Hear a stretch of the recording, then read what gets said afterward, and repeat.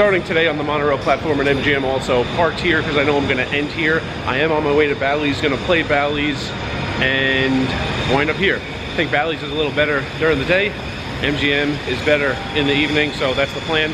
And oh, someone asked, so today for me in real time, day one of the challenge, that video just went up and I started it by playing the Sunday morning free roll. It was not part of this challenge, but just you saw the time when I was driving on the interstate and passing what I think was the Patriots bus to Allegiant Stadium. It was like 9:30, and then when I was talking in the garage, it was 12:15. So I mentioned I played in the free roll to explain the time gap.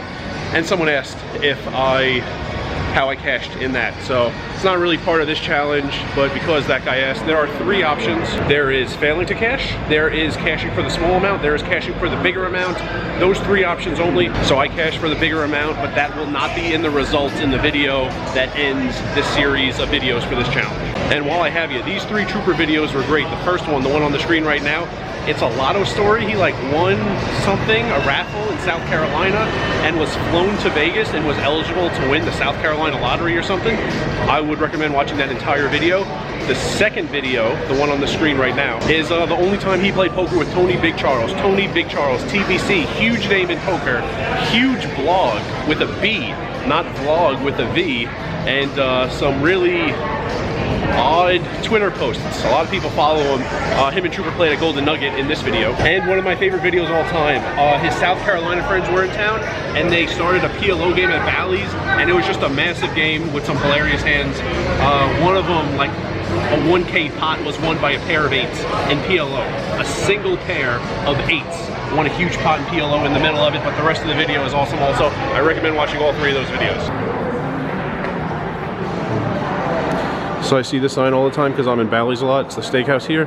I mean, it looks like dog food when you cut it totally vertically. You're supposed to cut it at an angle and then fan it out, and it looks a lot better that way. All right, it's 2:52. I don't think I mentioned my dinner plan, so I'm gonna play here for a little bit, go eat, and then come back and play two different sections at Bally's before taking the monorail back to MGM to end the night. So I think I'm at about 6 hours, 6+, and should get like 4 to 5.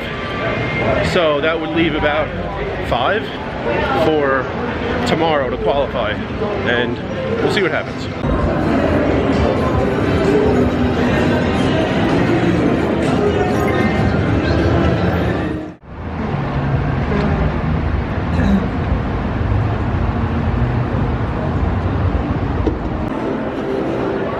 You see this? A change of seasons. And to epitomize that, they're showing you a mannequin in the middle of changing her clothes because she has nothing on. Absolutely nothing. So a guy a few nights ago at Westgate said he was taking the monorail with his wife to where I am now, Casino Royale, you know, the Harrah's area, to go to White Castle, which is right over there. And it was late, it was after 11. I said, I don't think it's open anymore.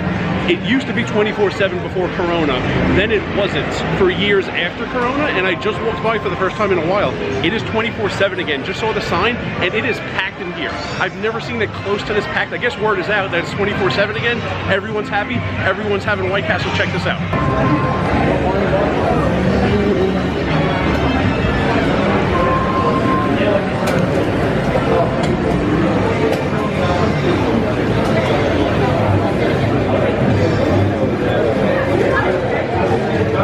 So if you're in the area, White Castle 24/7, times are good again. Okay, I didn't go to MGM at all. I played a little at Bally's, went to dinner, and then came back and just played Bally's. I was actually going to leave pretty early, and then kind of caught a second wind, kept playing.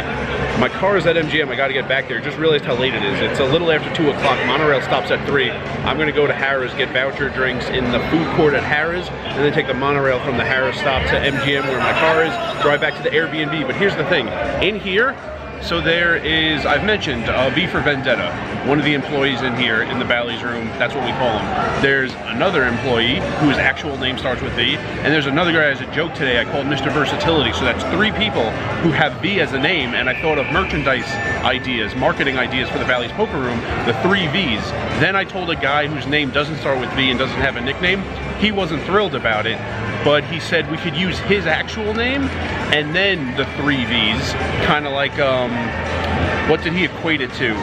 Oh, he's right over there. Frankie Valli and the Somethings, I don't know, one of those like old bands that, you know, no one has really listened to in the last 30 years. So I got a pen and I got a tissue and I started making a logo. Look at this. This is the picture I took of the tissue. So Aaron and the 3 V's. You like how that A and that V up top kind of are like a mirror, and then the V's connect. And we have Vendetta, Vinny, and Mr. Versatility going down. It's a start. I'm actually pretty proud of that because I'm not very good at drawing. I could draw 2 things, giraffes and cheeseburgers, that's about it. So I'm pretty proud of that logo. And that's it, I'm gonna do what I said. Go walk up the strip, get chocolate milk, and then head back to my car.